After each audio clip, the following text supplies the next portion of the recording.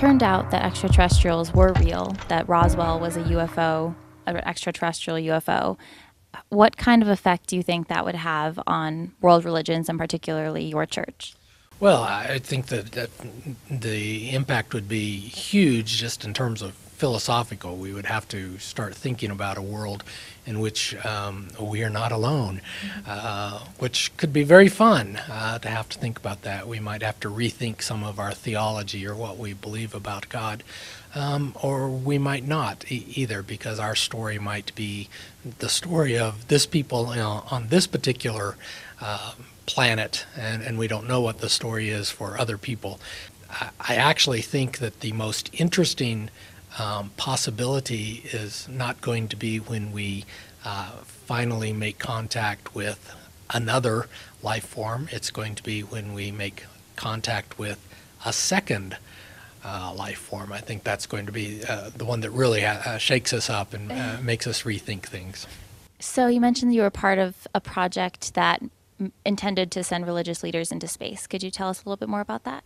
Yeah, it was a number of years ago, and there was a person who was wanting to finance a project to send religious leaders into space. And this was at a time when there were some major breakthroughs happening, and still are happening, in terms of launch vehicles.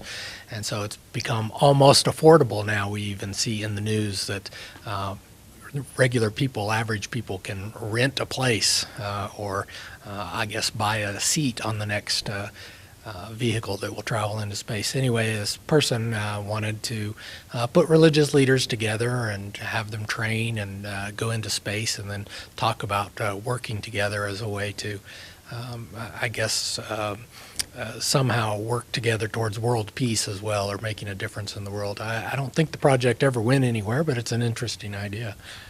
What did you think of the project overall? Well, I thought that it didn't really have much practical value, to be honest with you. As I said, I would much rather spend the money on something very practical. I think that at the time I was in a department, the Interreligious Affairs Department of our church, and I think that world religious leaders are very willing to work together and to have good conversation anyway. So I don't think they needed the the facade of going into space to want to work together and have dialogue. So it's an interesting idea, but I think they still want to have dialogue. There was an interesting statement from an astrobiologist at Arizona State University. He said that in order for extraterrestrials to factor into most religions, particularly the Christian religion, there would need to be either a rethinking of the human race as God's chosen people, a reason why God would want to save the human race in particular, or there would need to be messiahs, like other iterations of Jesus on other planets, in order to save those extraterrestrial races. What do you think about that? Well, I think that's partially the case. I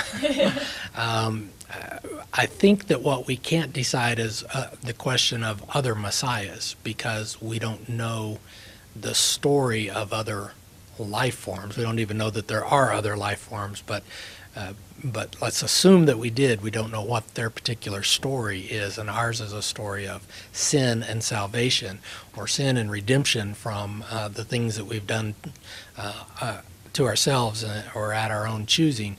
And we don't know that other people, other forms, have that kind of story. So it depends on their story. But certainly we would believe that God is capable of writing or telling any story that God wants, even a story that would fit other particular life forms. So.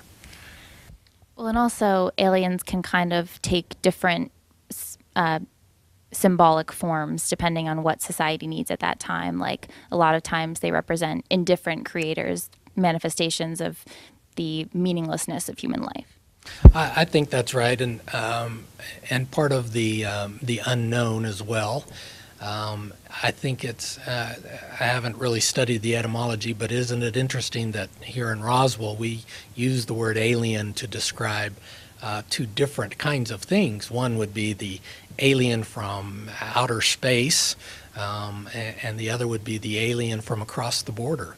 And what does that mean that we use the same word to describe both? Because they're very different realities. If one of them's real at all.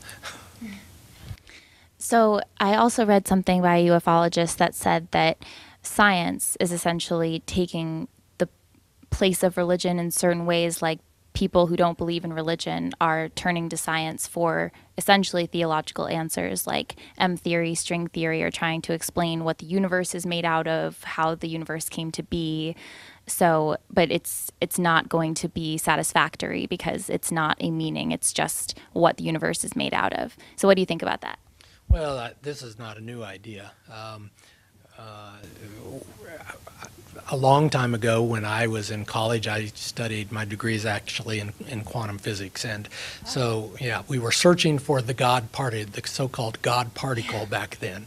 And thought that all things would make sense once we understood the God particle or the unknown particle. Well, now we've found that. We've identified that one, and I can't see that it's made a lot of difference in things, except perhaps in our theories of the way the universe and the world are put together.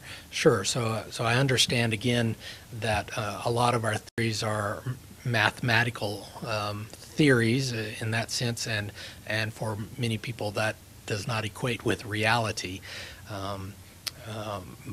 We can be very simple about it and say most people know or have a sense that electrons exist, but they can't really be sure because they can see the effect of the electrons, but nobody has a sense of holding an electron in one's hand. So it's a mathematical formula in some ways, and how does that relate to reality? So yeah, I don't know.